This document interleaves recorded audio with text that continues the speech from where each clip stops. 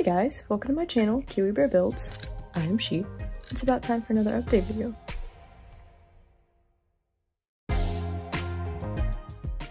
So you might notice I haven't made a video in a long time, maybe, and that's because I've been cramming. Been working on this, and the chest. It's gonna be a lot to cover, so let's get right into it. Can't stop wearing this hand. We'll start with this actually. This is the most recent thing I've made, and I'm talking like yesterday. And honestly, it's been a lot easier than I thought. A lot easier. I thought this would be mega difficult because my hand is just like small and I figured it'd be weird to fit and all this stuff. But really, it's been a lot easier than I've thought. I've heard like a lot of horror stories about, you know, fitting hands, and it's going all right.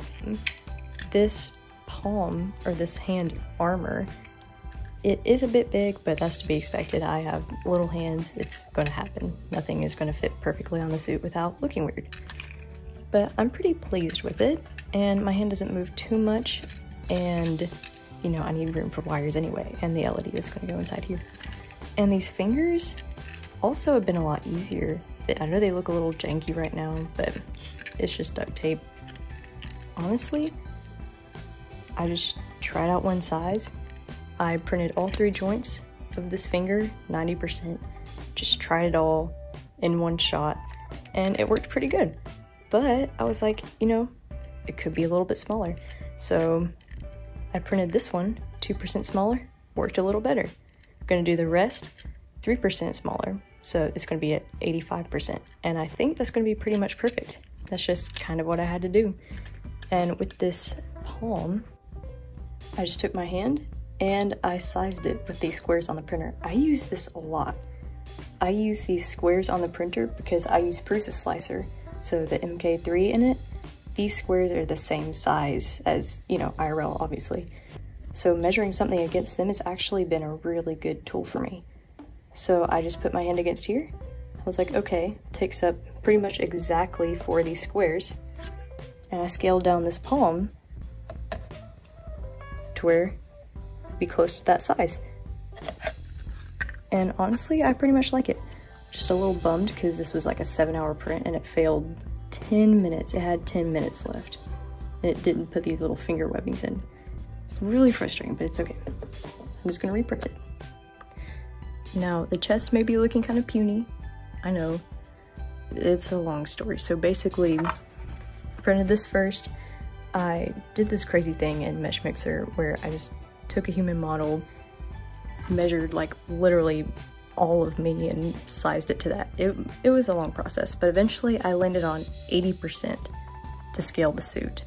I wanted all of the parts that could be scaled the same to be scaled the same. I didn't want to mess with proportions that much. So 80%, printed this out, failed right near the top, which was frustrating, but I just went ahead and printed the other sides. And I think these go like, I haven't worn it in a long time. It goes like this. So I began making a type of magnet system for this. This is before I got purse magnets. So I just got little tiny bar magnets because I thought I was gonna implant them in these sides somehow and they'd like connect together, but then I realized that wouldn't be strong enough anyway. It needs like some type of other grip. So I tried one where they would just collide with each other head on, like this. And then I tried another way, just, yeah, hot glue. It's like 2 pounds of hot glue. And then use just a support. So basically these collide with each other like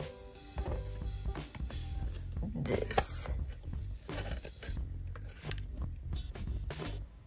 It's kind of hard to see. This will be much cleaner. This is just me working on a system. But they kind of do like that, so you can't pull them apart. But just to start, I'll probably try something with bar magnets with it. But yeah, and I'm thinking this side, I'll just fuse on. It'll be fused, attached to this. And then this one will be the magnet one. Because I don't really need both sides to come apart. I don't really see why I would need that. I would just slide my arm in the hole of the right side and then just attach the magnet side on and put my arm through there. You know, there's no need to magnetize both. Don't want it too fancy. But yeah, just what I'm working on, but I've left this alone for like months because I just don't want to touch it. This frustrated me so much, and then these pieces printed kind of wonky and it was not good. So this is coming for another time, but I'm probably going to start printing some more of the pieces soon, like the vent right here. Reprinting this eventually will be daunting, but the vents, oh, I have the armholes printed. They're somewhere in my bin, but I do have those already done, so there's a lot more done on the chest than you can see. And last but not least, the biggest thing I've been working on has been this. This has been a freaking trip. Not gonna lie. Yeah. This took about a month, if not more than a month, like a month and a half. It took a lot of work. I was diving into something that I did not know if I could do, but I was just like, you know what? I'm gonna do it. And I ended up doing it. It just took a month. Honestly, I would say it's worth it because I can just sit here all day and do this. I don't know, it just never gets old. I just love it. I don't know. So apparently I'd had the complete wrong eBay site for Crashworks.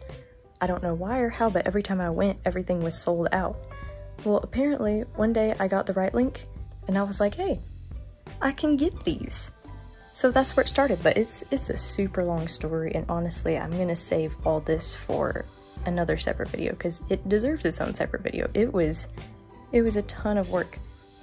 I know, like, a lot of you probably, makers watching this or experienced people with electronics, this looks like simple, like very simple. And really, as I understand it now, it is simple. This would be a lot easier to do than just hooking this all up to only an Arduino Nano and just doing it from scratch. But I've never done anything with this before. I've never coded on an Arduino Nano. The only thing I've coded on is Unity. So obviously that doesn't translate a whole lot. I found out though that Unity language, C#, and this is C, I've found actually a lot of similarities, and it's been pretty cool to look at. Anyway, this has just been a trip. I've learned so much, and I'm gonna do a whole separate video on this. But there's been a development.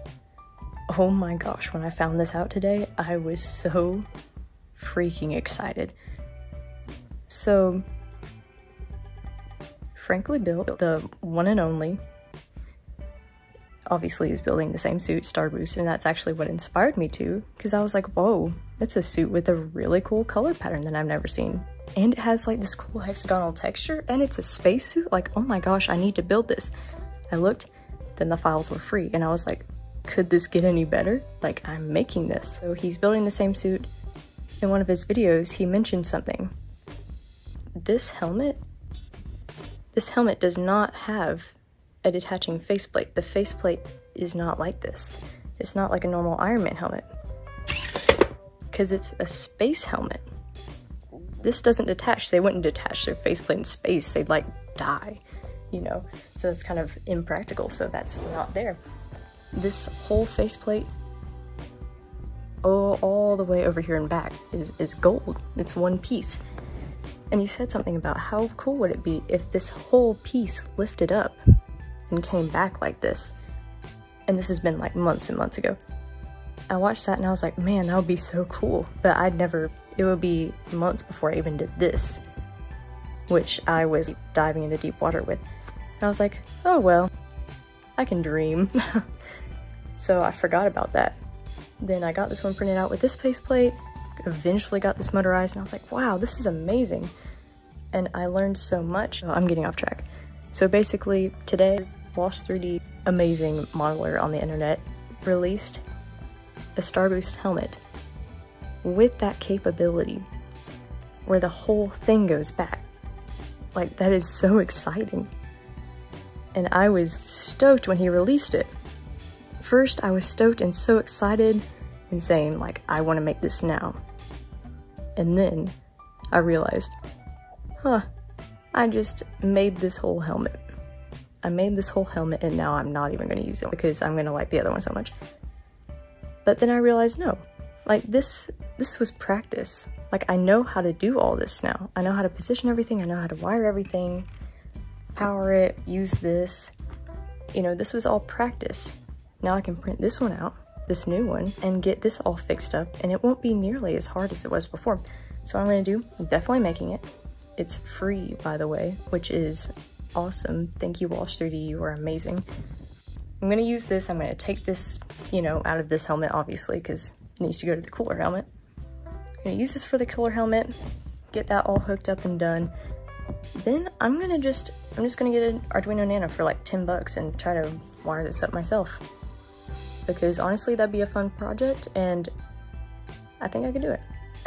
So I think that was about all, actually. I know I went through that super fast, but you know, I just wanted to get another video out there. I mean, I know like I have 1 subscriber, but I don't know, it's just fun making this suit by myself and showing it to people who've never 3D printed before. And it's like, wow, that's amazing.